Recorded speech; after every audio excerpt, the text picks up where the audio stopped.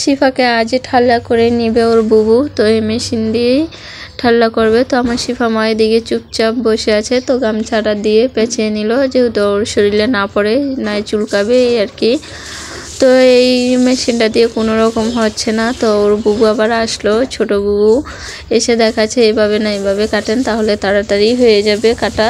তাও হচ্ছে না, মানে অল্প অল্প পরিমাণে আসে আর কি চুল। তো শেষ পর্যন্ত গিয়ে ও দাদা থেকে মেশিন এনে তারপর কাটানো হলো আর কি চুলগুলা। তো এই যে এদিকে চলে আসলাম, রান্না বসাই দিলাম। তো রান্নাটা এখন চালের গুঁড়োই টেলে নিব, এটা হচ্ছে আয়রার খাবার, মানে সুজিটা টেলে নিলাম আর কি, অনেক দিন থাকবে এভাবে টেলে নিলে। তো এই যে আজ কি রান্না করব, জাটকা মাছ দিয়ে টমেটো গুঁড়া করব। অনেক দিন ধরে ইচ্ছা করেছে যে জাটকা মাছ দিয়ে টমেটো গুঁড়া করে খাই, তো আজ রান্না করে ফেলবো।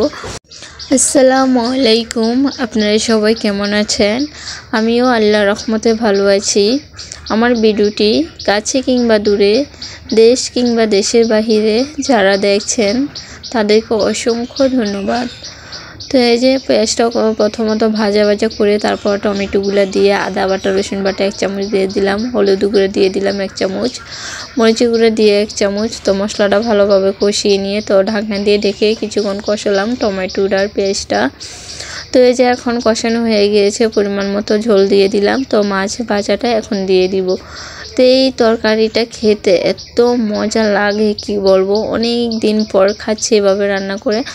তো খাওয়ার পরে যেহেতু বয়সটা দিচ্ছি, এত মজা হয়েছে কিছু বলার নেই, মুখে মানে কি বলবো, মুখে বলার মতো না, এত মজা হয়েছে।